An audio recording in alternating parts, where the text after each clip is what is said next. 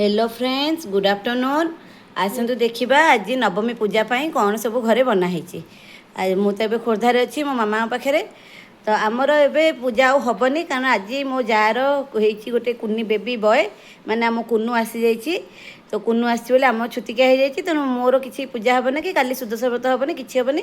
बर्तमान मुझे खोर्धार अच्छी तो मामा आज नवमी पूजा सब एगुड़ा बनई। तो कौन कौन बनई चलो देखा आज लंच कौन सब पूजा कर। आज कर गोटे मिक्स राइस माने मिक्स राइस माने से क्यारट बीट एगुआ सब पड़ी और ड्राई फ्रुट सब पड़ी।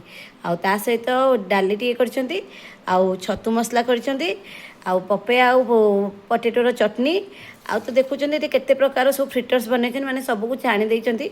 एक्चुअली देहटा माने गोड़ पेन हुए बहुत समय ठिया हेले तो से भी सी बहुत प्रकार आज कर दुर्गा पूजा बोले।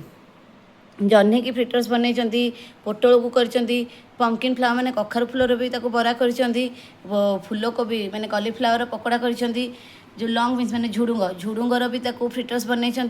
तो पापड़ दुई प्रकार तो छेनापोड़ और पेड़ा किणिक आनी पूजापी आ फ्रुट्स ग्रेप्स एगुआ सब आज आम नवमी पूजा पूजा होती।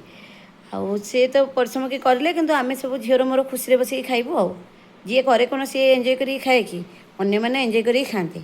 तो यहाँ है आज आम नवमी स्पेशल लंच।